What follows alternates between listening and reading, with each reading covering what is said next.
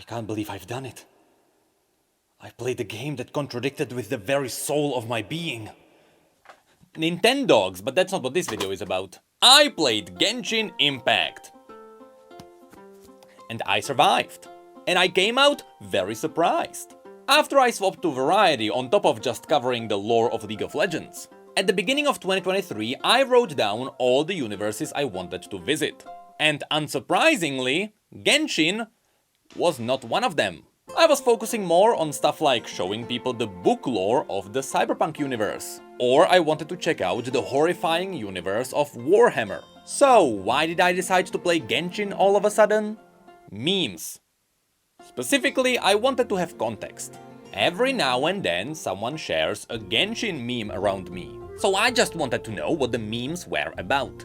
And in a similar way, whenever a new trailer comes out, the entire community gets hyped. So I just wanted to know what the hype was about. I mean, when you have a look at the new character teasers, they have dozens of millions of views. This simple trailer for a guy with a spear has 30 million views. Somehow that's more than the trailer for the lady who pulls out a sword out of her private parts. But more importantly, that is more views than literally any of the high-quality cinematics by Blizzard. So yeah, I just wanted to know what the heck is going on. And so I started playing for context. And I stuck around for the gameplay. And that is not something I expected. I genuinely expected to do 1 or 2 streams where I play this game for the first time and then I go back to streaming TFT. But that didn't happen. Somehow the gameplay and the story are so strong and so good that I now understand why Genshin is so massive. On top of this, Genshin tripled my views on Twitch, so what am I gonna do, not stream Genshin? Anyway, my first experience with Genshin was quite a wild ride. Absolutely packed with surprises. Because I knew absolutely nothing about Genshin besides it being a gacha game.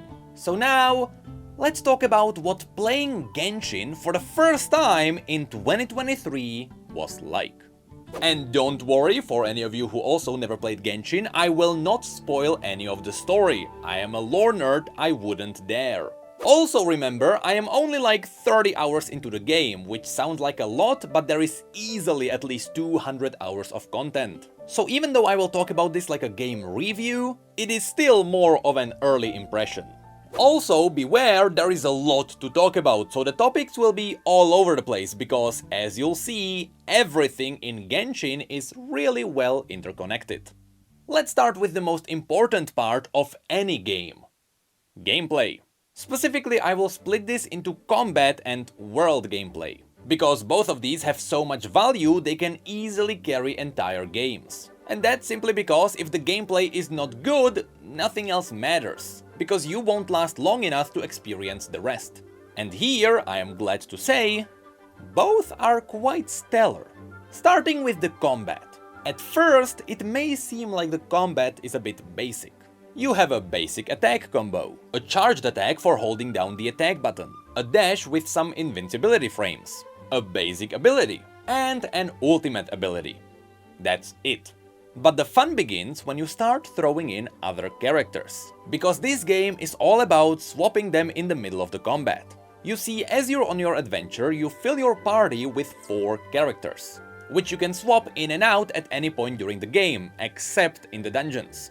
And each of these characters wields a different element. There are 7 in total. There is Pyro, Geo, Dendro, Anemo, Hydro, Cryo, and Electro. Turn that into a rap, and these elements interact with each other in some really cool ways. First of all, it is not exactly like it is in Pokemon, where some types have super effects against other types. Because here, the 2 elements always react in both ways. Meaning that just as water is strong against fire, so is fire strong against water because it can vaporize it.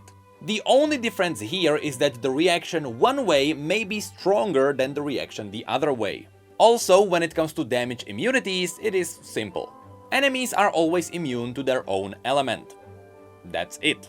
But besides this, besides just damage multipliers, all of the elements have really unique interactions. Normally, a frost ability is going to slow the enemy. But if you make them wet first, you can freeze them with the frost ability. After which, you can shatter them with the geo ability. Or you can cover them with plants, which is gonna make them burn better.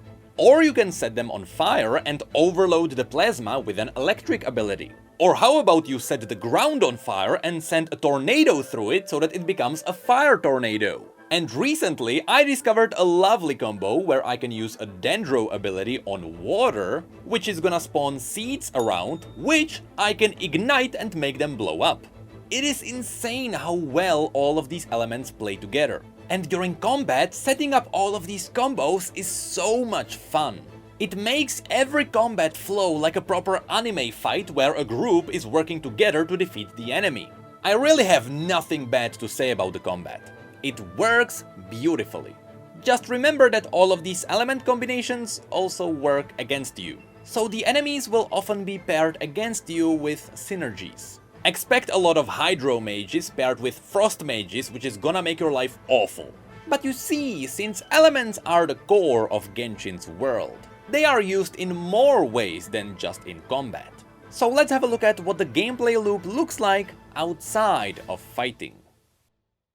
Have you ever played Breath of the Wild? Yeah, at this point pretty much everyone knows where Genshin stands. When Genshin was first released only 3 years ago, I thought this game was a lot older. I remember a lot of people made videos making fun of Genshin for being a cheap clone of Breath of the Wild. Because Genshin really did start as a clone of Breath of the Wild. That was before Genshin embraced the elements which gave the game its own spin. And yes, after playing both games, I can confirm, it is hard not to draw the line as they are the same down to running around, opening chests, having very similar enemies, climbing, gliding, leveling up your stamina so you can last longer, and so on. Genshin is nearly identical in many ways. Which is good. These days, most, if not all, modern successful games take an already existing idea and make it better. League of Legends was a Warcraft mod, Fortnite was a Minecraft mod, TFT came from a Dota mod, Valorant came from Counter-Strike, which was a Half-Life mod. These modders should have been paid a lot of money by now. And in this case, Genshin came from Breath of the Wild. And I'm totally fine with this. There is no shame in taking an idea and making it better. But I have to say, from what I remember, people were really harsh at Genshin at first before it forged its own path. Anyway, when it comes to gameplay, since they are standing on the shoulders of a giant, the base gameplay loop is amazing. At least for me, so far. I hope it doesn't get too repetitive. Right? You go out into the world, you pick your main quest, which gives you a basic direction, but from that point on, you can explore anything at any time. Which is really cool on its own. If you see something awesome in the distance, you can just go there. Yes, maybe the enemies will be a bit higher level, but you absolutely have the freedom to do anything. I fought a level 37 boss with my level 3 squad. Or at least I tried. Although in hindsight, you can totally defeat all the bosses from the very beginning. In this sense, it's kinda like Dark Souls, you just have to learn the pattern.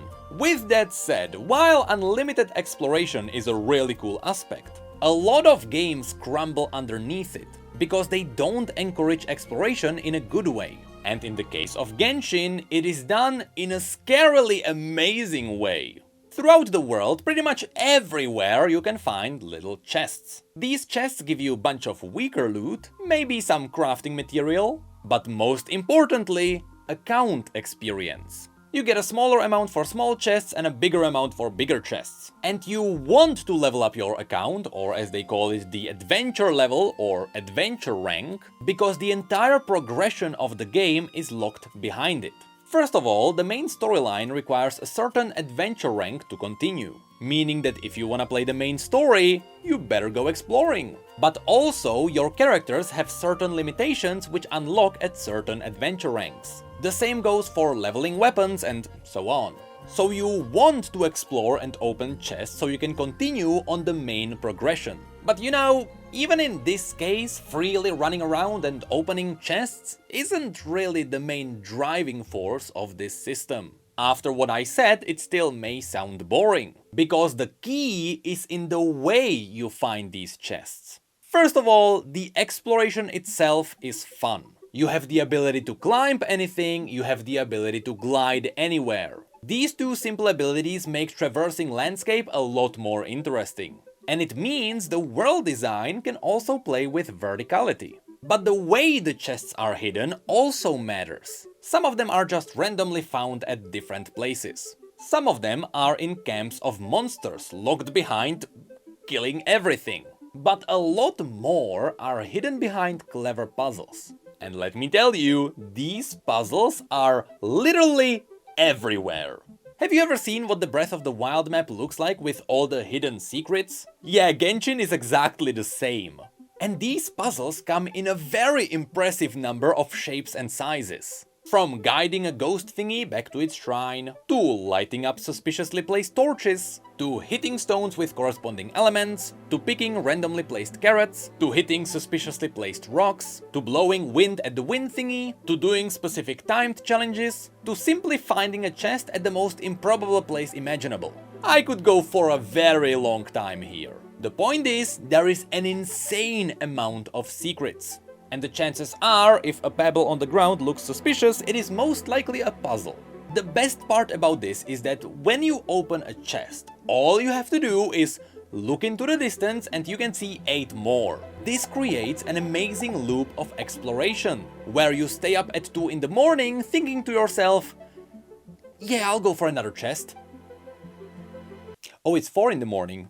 On top of just chest hunting, there is a lot more to explore for. Each region also has its own sigils scattered around. These can be turned in at the big statues of each region, which increases your stamina.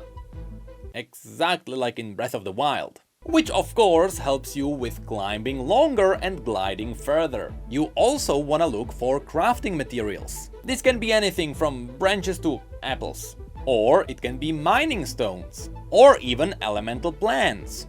These rare flowers have to be picked in a very specific way. For example, if you want to pick up a frosty flower, you have to warm it up. Once again, playing into the idea of using elements. Speaking of which, I should also mention that yes, elements are widely used in the open world. Wind usually helps you with gliding. But even if you want to simply cook, you have to start a fire yourself. And if you want to walk on water, frost abilities may help you. Or they can be pain in the ass. And the weather matters too. Good luck cooking if it is raining. But also, if it is raining, everyone is permanently wet. And you know what that means for electric users. Occasionally, you might also find yourself in the middle of a storm, where lightning is randomly hitting stuff around you, or directly you. All of this creates an amazing loop outside of just combat. And so far, I believe this is a major reason why Genshin is successful. If you think about it, the reason why the hook is so good is because in a lot of ways, Genshin plays like a modern MMO. Even though the main idea of an MMO is the massive multiplayer part, these days most people play MMOs solo. They treat them like single-player RPGs, but they like the idea of a shared world. And this is the core of Genshin. It is a great solo RPG first, but you have the option to play co-op with anyone whenever you want, be it for dungeons or exploration. Good RPGs also have to have good RPG mechanics, so let's talk about those. On top of your adventure rank, you also individually level up all your characters with special XP items, which you also find in all the chests, giving you yet another reason to explore the world. After reaching a certain level cap, you have to ascend them by using special crafting material to increase the level cap. The brilliance in this is that the items used for the ascensions are different between all characters. And the items themselves can be crafted at an alchemy table, they come from specific enemies in the outside world, or they come from dungeons and bosses. The game even tells you which items drop from which dungeon, so you always know what to farm. Which reminds me, we didn't even talk about the dungeons. I noticed there are 2 kinds. Either it is a small dungeon with shuffled rooms, or it is just an arena where you have to defeat enemies in time. In some ways, these are pretty much the same to the dungeons in Breath of the Wild, except Genshin doesn't use physics for their interactive puzzles. But from what I've seen, the pre-made room-based dungeons aesthetically change based on where you are, and that still makes them quite cool. Also, this is where yet another cool system is added in. Based on your party composition, you also get special bonuses. If you have 2 members of the same element, they amplify each other. But if you have 4 members where each is a different element, that also gives you a different buff. So when you're doing dungeons, your team composition matters too.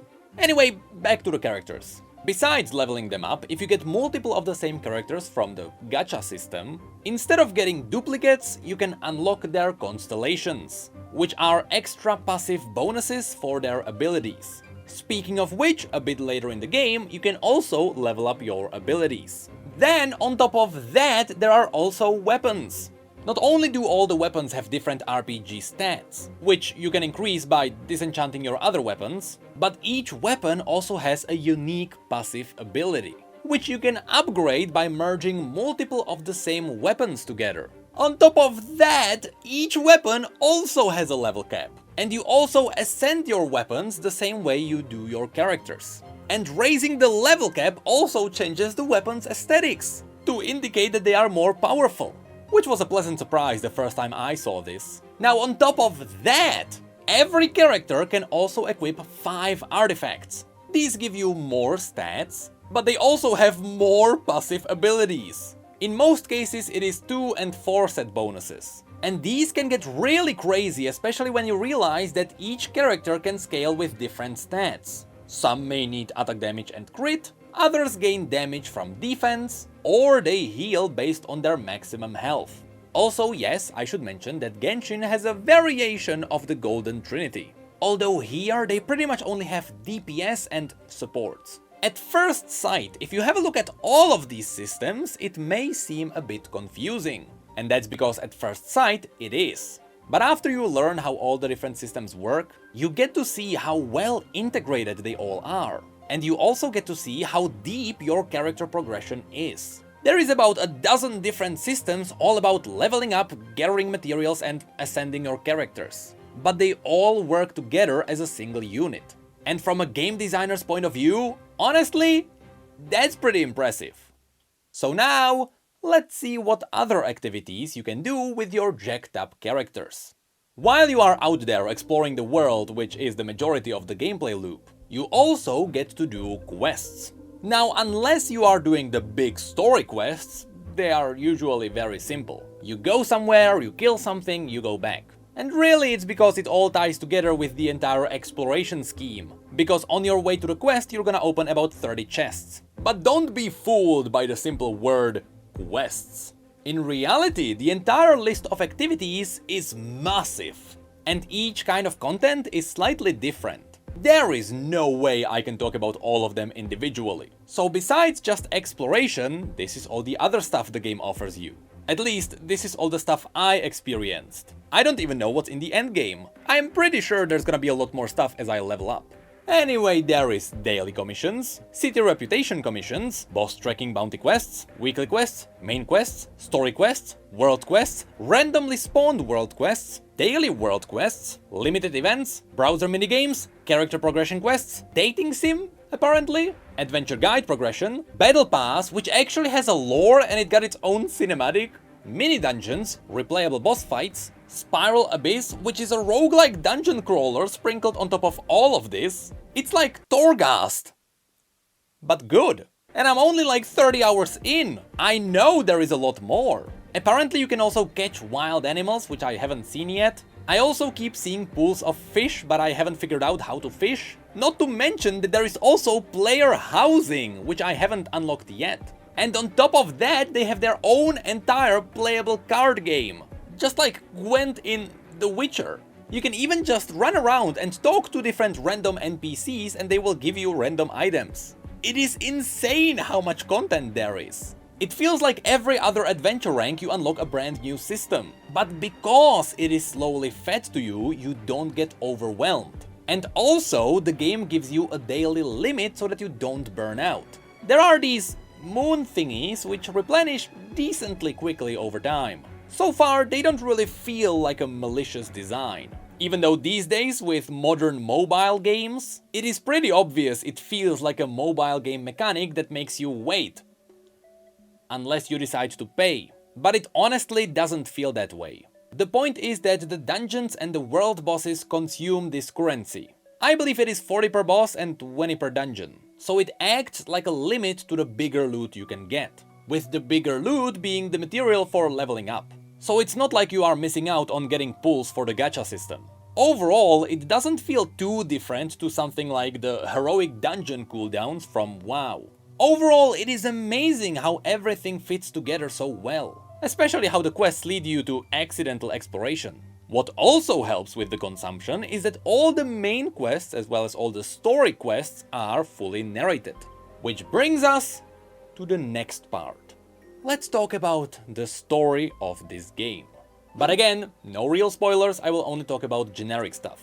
For someone who had no expectations at all, I came out pretty surprised. It is true that for some people the first impressions may be rough. And that's for two reasons. First of all, at the beginning you get introduced to Paimon, your companion who is going to stick with you for the entire journey. And you immediately realize she's not the sharpest tool in the shed. But that's by design. Your main character is silent. They don't speak in any of the major conversations. So Paimon has to be dumb so that everyone keeps explaining things to her, which is how the main character learns about everything. She is basically a conduit for the story. But that doesn't take away from the fact that at times I don't even want to finish the sentence. But the good thing is that over time it grows on you. And it gets saved when other characters get thrown in. So you get to listen to more people than just her. Speaking of which, let's quickly mention the voice acting. While a lot of people prefer the Japanese or the original Chinese voiceover, I am a humble European who enjoys an English dub with English subs. And let me tell you, since Paimon is the first character you get to meet, it feels a little bit like a punch in the guts. However, it all very quickly turns around. And now I can safely say the English dub is definitely good enough to not stand in the way of the story. And a bit later on, the English dub can get amazing. But over time, you are definitely gonna find some characters whose voices you're gonna hate. Also, for some reason, literally every single person in my chat knew that the voice actor of Lisa is the same as Evelyn. I'm scared to learn how all of you learned about this. Again, I have to add that the voice acting starts a little bit lower, and then it gets better as you move away from Genshin 1.0. Because Genshin 1.0 has an amazing feature. Nobody knows how to pronounce the foreign names. Liyue, guiding us on how to run Liyue for the coming year. To think I've lived in Liyue all these years and never come to see this before. What did he say? I don't know what he said, but he did not say Liyue.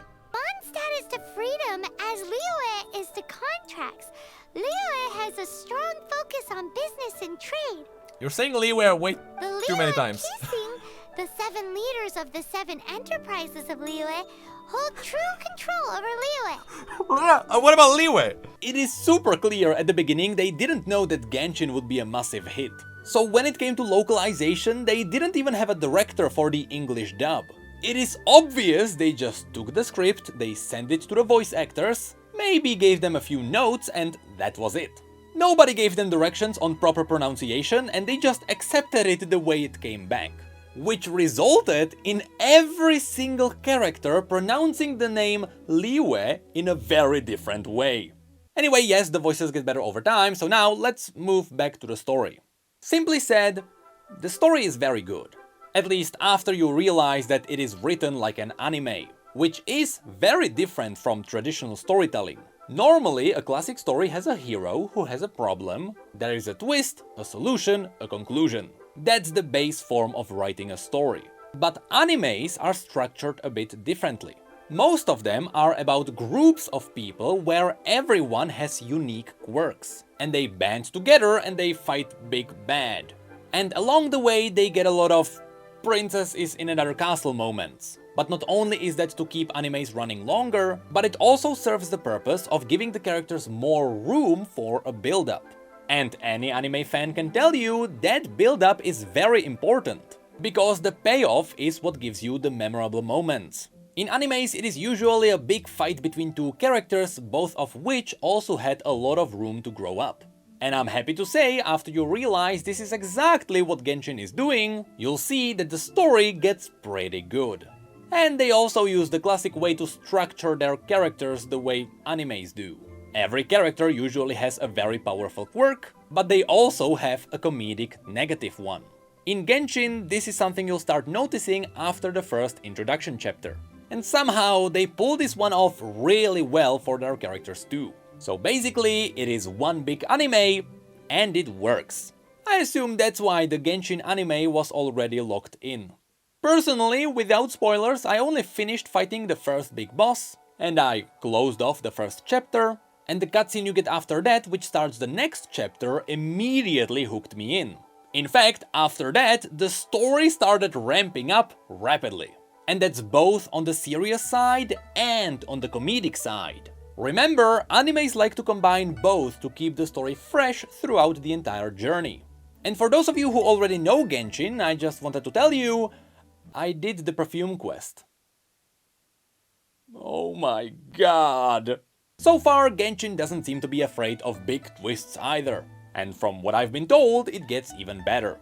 Although I have to point out that throughout the entire story there are dialogue options. But 99% of them don't matter. And when they do matter, they only skip like a really boring short quest, before the story goes back onto its rails. In most cases, your dialogue options only affect the very next sentence in the dialogue, after which it immediately snaps back. I would say this sucks, but for me the fourth wall was already broken down by some other games. In fact, even though Mass Effect was always praised for its conversations, you would be surprised how often they do it as well. It is simply just illusion of choice. Anyway, if you're like me and you're in for a good story, so far I feel confident. It seems like that's what we will get here. Anyway, I should call out a really good feature for all the story lovers. The game allows you to replay conversations from all of the main stories at any time, which makes it very easy to go back and look for something you missed. But of course, if you know me, you know I like explaining the difference between lore and story. Where a story is focusing on an individual, but the lore tells you the story of the entire universe. And in this case, Genshin has some amazing ways to reveal their lore. You can find pretty much everything you may need in your journal. Not only does this act as an amazing model viewer, but when you inspect each model, the game also gives you a large description of the enemies. And this is where you can find some really interesting lore nuggets. But the monsters are not the only ones who get this treatment. You can also go to critters and find their lore too. This is amazing! I mean, these crabs have more lore than some forgotten champions in League of Legends. And after that one, how about we jump into the weapons? All of which get a short description, but then you notice there is a more button, which gives you a lot more lore. And the same goes for artifacts, crafting materials, and even food. Food has its own lore. In this regard, digging into the hidden lore of Genshin is not too different from the Souls series. So the reason why the universe of Genshin feels so rich is because it is combining the traditional styled anime story with the deep and mysterious world building from Software, both of which resulted in a pretty interesting world. And now I'm honestly interested to see what I'm gonna find in the future. But now, let's talk about how all of this world building shaped the world. For a game that's all about exploration, of course, it has to have an interesting environment. Because climbing and gliding are key parts of traveling, expect a lot of verticality. Whenever you look at the landscape around you, you're gonna see a lot of mountains, which not only serve as excellent vantage points to see all the treasures from, but they also serve to give you enjoyable glide rides. Besides this, the game also makes sure there is something interesting behind every corner, be it scattered ruins, monster camps, or entire cities. Again, this is by design to fit with the exploration. And here, perhaps the most iconic city is the very first one you get to see, Mondstadt. You have probably seen this one already, and it's funny to see how everyone is like, oh hey! That's the one themed after the German city. The design is so cool. Meanwhile, as a humble European myself, I'm thinking, that's just Central Europe. I'm from Prague and like, I live here. I'm here right now. Another part is how much the environment changed from region to region. Unfortunately, I have to say the early regions don't really change that much. At first you are in an area with green plains and then you move into an area with slightly more yellow plains. It is only after that you get some major visual distinction. Again, I am early in the game and I have only seen glimpses of what the game is capable of. And everyone keeps telling me that things go crazy a bit later on. At least early on, when you walk into the dungeons, you immediately get slapped with some beauty. And the final part of the world design is the graphical take. Yet again, it is no surprise that the visuals were borrowed from Breath of the Wild.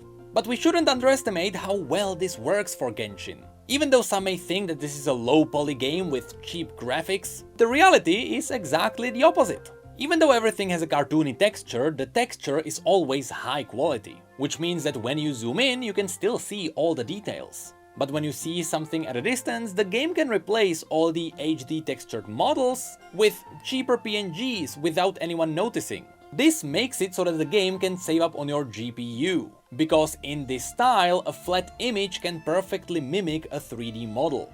But I have to point out, this game is still heavy on your CPU, because it is constantly calculating positions in the world. I can talk about Genshin's graphics for days, there is honestly a lot to unpack here. Personally, I love the tiny detail where everything has an ever so slight outline, which mimics hard edges. This is the reason why everything looks like it could be part of a colorized manga.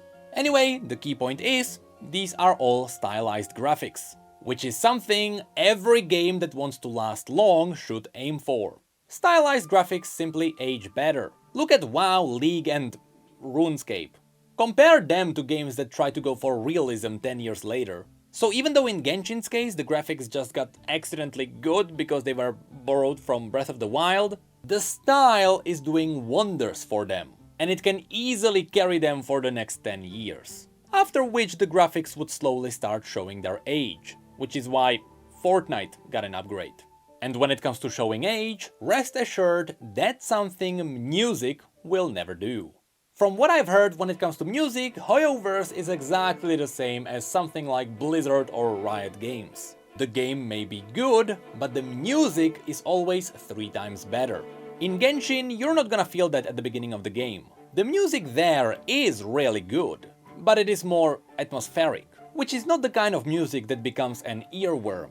However, a bit later you get exposed to some brilliance. So far, my 2 favorite tracks are Combat Beneath Waves, which I had to blindly listen to because it comes from a future area and I didn't want to get myself spoiled, and Beats of Water Drops, which starts with mystical beeps and boops, then the string instruments join in,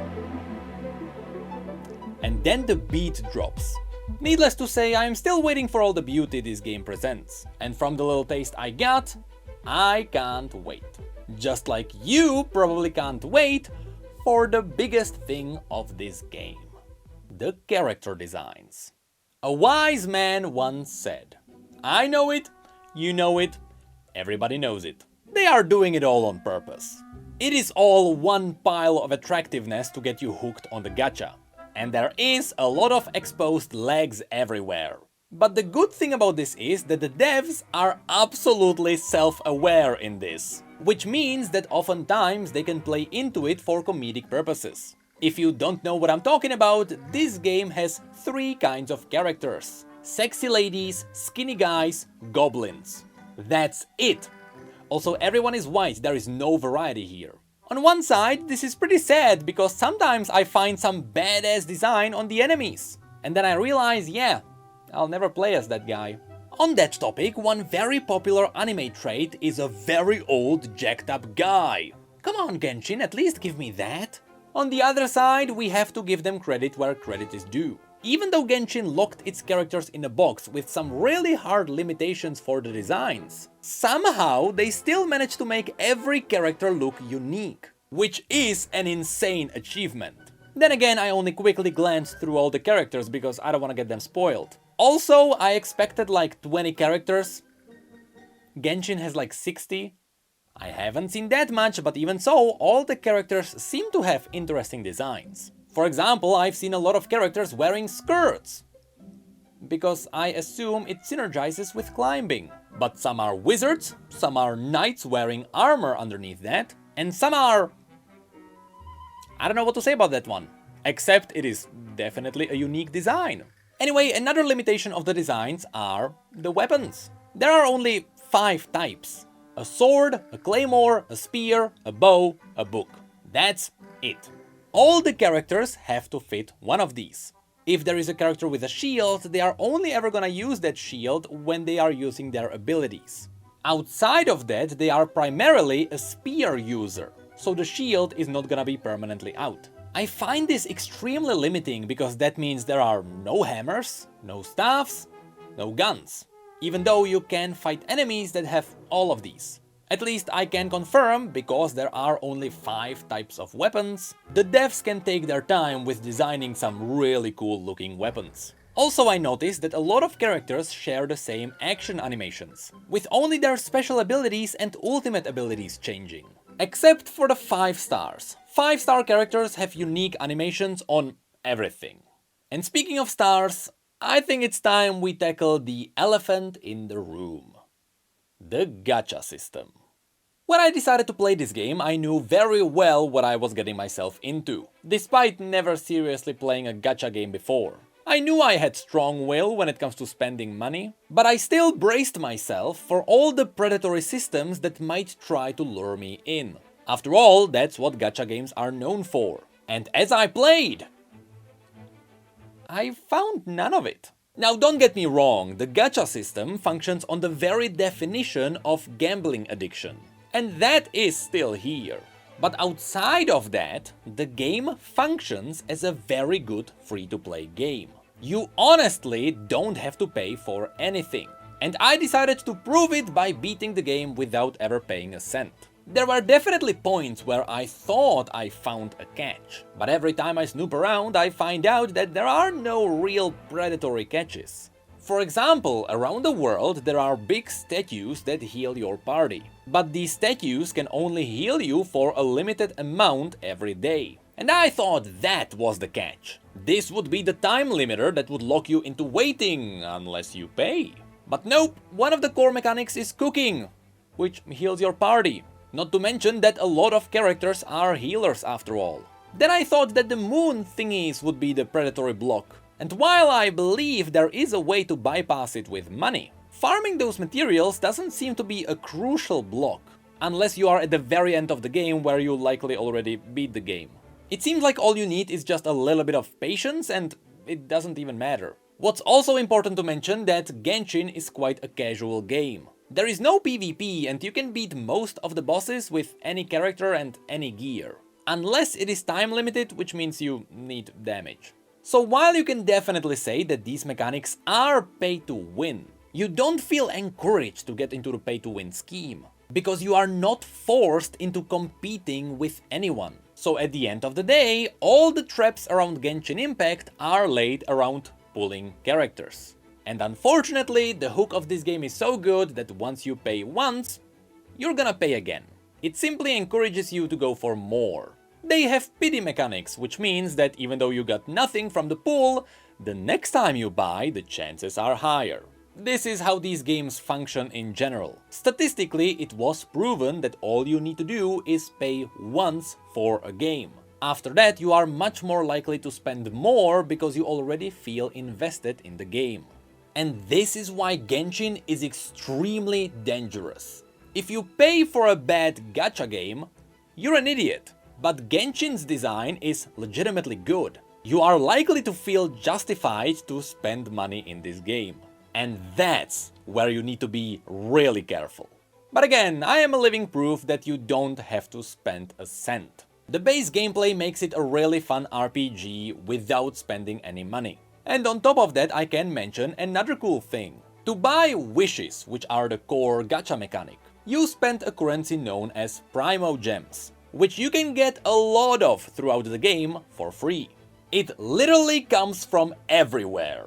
Opening chests, doing challenges, doing quests, doing events, claiming achievements, reading tutorials, logging in, scratching your butt.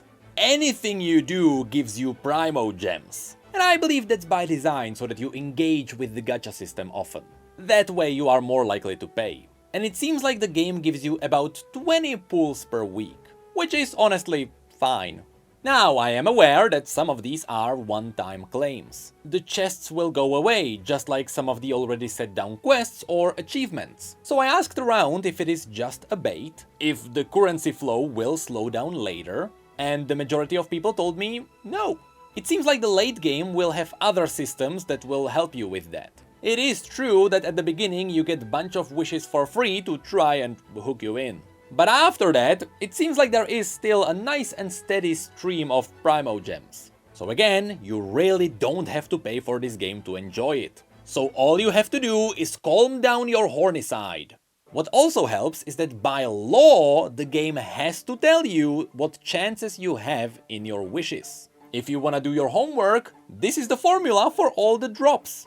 Now, before we move on, I have to show you something that happened to me. I keep saying that the gameplay is fun and the combat is amazing, but that could be because on literally my first ever pull in this game, this happened. I got 10, I know. What do I do now?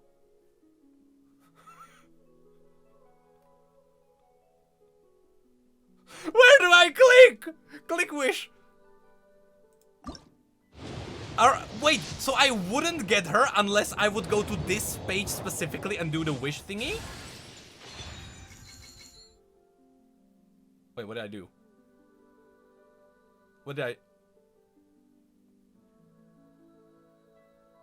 happening? Did I pull some? What's happening?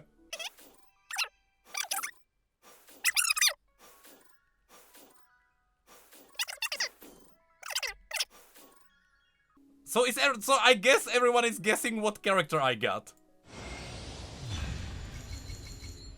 Oh, that's a very cool guy.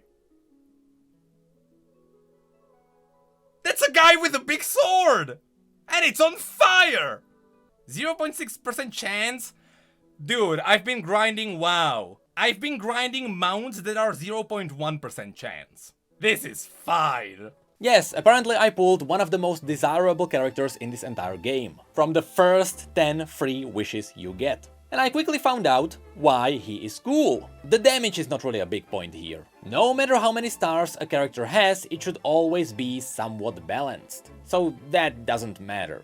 I just quickly found out that a lot of the obstacles the game sets in front of you can be solved with him. Some puzzles need you to spread a lot of fire around. Well, he has a big fire AoE. When you are mining, a small sword mines a lot slower than a big claymore. So of course, this guy has a big sword. And when you are mining unique stones, you need a big explosion to crack it open. So of course the big sword also causes big explosions. Also, in this game, the character's movement speed is based on their gender and how tall they are. Taller characters are faster than shorter ones, and a male character is faster than female. Of course, this is a tall dude. So yeah, a pretty cool character on my first pull, after which I did a second pull. But I still feel confident you don't have to pay. You get free pulls anyway, and the game is a blast regardless. Lastly, I can mention that this game also have skins. At least I think so. Throughout the last 2 years they did not release a lot of them. I wonder if it was just not that successful, so they are slowly backing away. But that's it for the game, so that takes us to our final destination. The community. Here I have to talk about my own experience. Ever since I started playing Genshin, the Genshin community embraced me. And people seem to really love watching someone experience what they already know for the first time. Once again, my views on Twitch more than tripled, which is something I did not expect. This is simply insane to me. And since I'm having a blast, I think it helps the overall situation. Also, I learned about the memes like ehe, or lament, or balls. And as I'm going through the story, people keep spamming in my chat walls of anti-spoilers. Thank you guys. And people are totally fine with me experiencing what is referred to as 1.0 moments, which means glitching through the early dungeons, glitching through the floor, and experiencing stories where the characters don't even bother with finishing their sentences. So, Who dares trespass on my mountain? Excuse, can you stop having strokes? Can you finish your lines? Foolish mortal, come forth and receive your punishment. Can you finish your lines? If I got a quarter for every time this happened, I would have 6 quarters. Which is not a lot, but god damn, why did it happen 6 times? So yes, I have to say the Genshin community is kinda great. But for every 1,000 people, there is that one guy. It's the guy who really hates it and he can't stand anyone having fun in this game. Especially, it's the people you find on Twitter out of all places. And it's kind of funny how, unlike in League, the toxicity comes from around the Genshin player base. It does not come from within, which is something I'm definitely not used to. Those who actually play the game are fine with it. So just keep that in mind if you ever get scared by the Genshin community. Just don't go to Twitter. That place is a hellhole, which is why I'm using it the most, I guess. But overall, I learned that people either really love the game or they really hate the game. There is no in between. And I'm curious to see if my opinion on the game changes over time. But that's really it. So, let's sum it all up. The game has some really good points. Gameplay is great. Combat is amazing. Story is very good. Besides PC, I also played Genshin on both PlayStation and mobile phone. I can tell you on PS5 the game looks gorgeous. On my phone, I could do dailies on it, but I wouldn't recommend a full playthrough on your phone. When it comes to the bad stuff, so far I am in the early game. And I noticed there is not a lot of challenging content. I was really hoping there would be some kind of a Dark Souls challenge, but from what people tell me, apparently there is not. Every problem can be fixed with money, even though you really don't have to. And every time I did find something challenging, it was challenging because I was low level. So in the future, I'd really love some optional, harder content. But who knows, maybe the end game is gonna surprise me. Also, the only really scummy thing that you can find in Genshin is that it heavily relies on FOMO. There are events which are really cool, but the content from those events will always go away, which means that entire storylines for some of those characters just vanish. It's usually not stuff that you can buy that goes away, but it's always stuff that makes you log in and hopefully engage with the gacha system. For example, there was an event where you could get Aloy as a character for simply leveling up your adventure rank. A few weeks later, the character became unobtainable. You didn't have to buy anything, you just had to log in and get tempted by all the new stuff. This is something I'll get better opinion on as I keep playing the game. But from people I learned that FOMO and events are a big drive for Genshin. Another thing I haven't experienced yet is content drought. I've heard that right before I tried Genshin for the first time, there was a bit of a break between content. But of course, I won't see that because there is a lot of new content there for me. So I wonder if I'll also run into that issue later. And finally, because I am constantly streaming Genshin, I'm doing all the grindy stuff off stream, so I can always save the main story for content. The main quests are supposed to be locked behind the adventure rank, which you're supposed to get by doing a little bit of a grind with the exploration. And of course, I'm doing all the grinds behind the streams. So I have not hit a point where the story would tell me, go off and grind. So far I managed to stay ahead with the adventure rank. So I have not experienced the downsides of everything being locked behind the adventure rank just yet. We'll see if that changes later. And that's it. That's my first impression of Genshin Impact. I came here expecting some really bad stuff. Perhaps a bit of predatory stuff. And I just found an awesome game that I missed. I will definitely stick around for the anime story. And I might make 2 more Genshin videos. One where I review the entire story, and a second one to summarize my entire journey. I mean, so far I only got through 1.0 and look at this monstrous video. I still strongly doubt I will become a full-on Genshin content creator. I don't have the experience with the world for that. Genshin was supposed to be just a one-time stop on my journey to explore all sorts of video game stories. At the end of the day, I am really glad I picked up this game because it opened a whole new world for me. Which is more than Nintendogs ever did for me. Hello there! Thank you for watching. If you have any other suggestions as to what other games I should be exploring in the future, let me know in any way. I think I'm getting closer to actually diving into Warhammer, but I believe I might do Hollow Knight before that. Also, should we talk about the source code of League of Legends being leaked? Either way, feel free to become a member of the channel, because that's where I'm constantly teasing all the future videos.